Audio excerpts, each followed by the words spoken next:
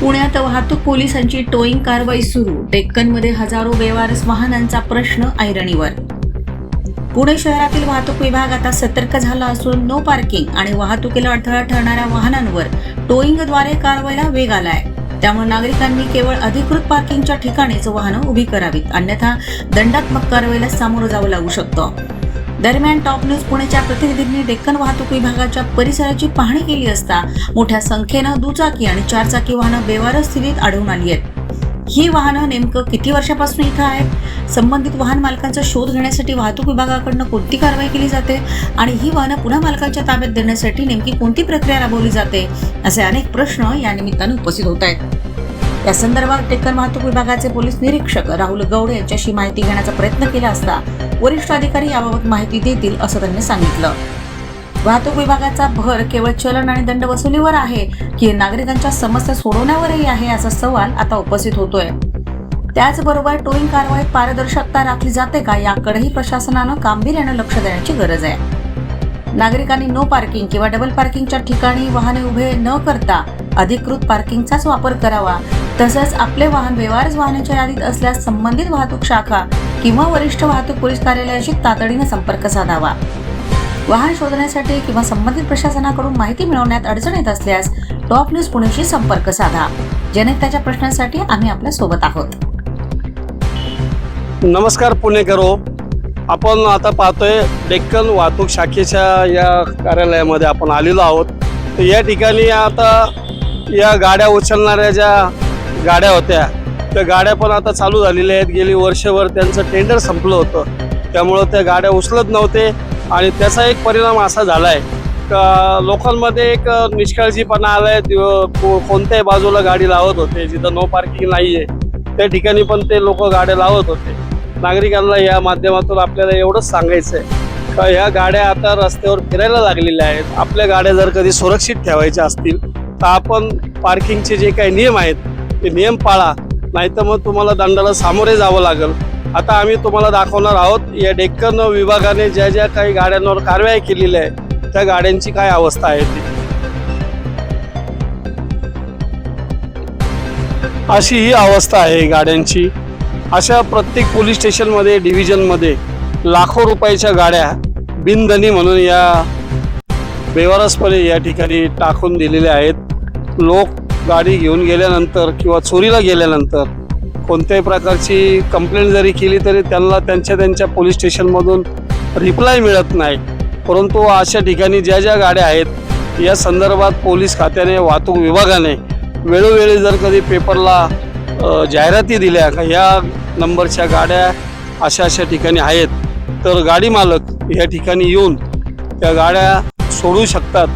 परंतु प्रशासनाकडून त्या संदर्भात कोणती कारवाई किंवा कोणती उपाययोजना केली जात नाही आणि या गाड्या भंगार म्हणून या ठिकाणी पडलेल्या आहेत. या डेक्कन विभागाचे जे वाहतूक निरीक्षक जे आहेत त्यांची आता आपण माहिती घेऊया त्यांच्याकडून की त्यांनी या गाड्या नागरिकांना परत देण्यासाठी काय उपाययोजना केलेल्या आहेत त्या.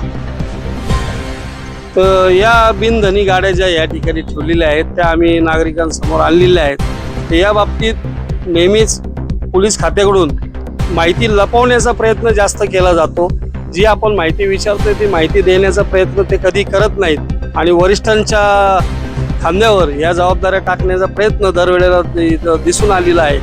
या ज्या काही गाड्या आहेत लोकांच्या लाखो किमतीच्या या गाड्या आहेत, या गाड्या त्यांना मिळण्यासाठी मोबाईल नंबरवरून संपर्क साधला जातो, फक्त एवढीच कारवाई केली जाते. परंतु त्या गाड्या त्यांच्या ताब्यात देण्यासाठी कोणताही विशिष्ट प्रयत्न केला जात नाही. असं हे जे डेक्कन वाहतूक विभाग पुणे शहर जे आहे ते या ठिकाणी आपण पाहतोय. असेच प्रत्येक पोलीस स्टेशनला हजारो गाड्या पडलेल्या आहेत. या गाड्या परत नागरिकांना देण्यापेक्षा त्या गाड्यांचं भंगार कसं तयार होईल आणि त्याचा लिलाव कसा होईल याकडे पुणे पोलीस वाहतूक विभागाची लक्ष दिसतंय. हा डेक्कन वाहतूक शाखेचा जो भाग आहे या ठिकाणी अनेक शैक्षणिक संस्था आहेत, अनेक मोठमोठे हॉटेल्स आहेत आणि आस्थापना पण या ठिकाणी असल्यामुळं बालगंधर्व आहे, संभाजी पार्क सारखी या ठिकाणी काही गार्डन देखील आहे. या ठिकाणी लोक अख्ख्या पुणे जिल्ह्यातून येत असतात, परंतु काही लोकांना त्या सिग्नल जे रोडवर लावलेले आहेत ते समजून येत नाहीत आणि ते त्यांच्या गाड्या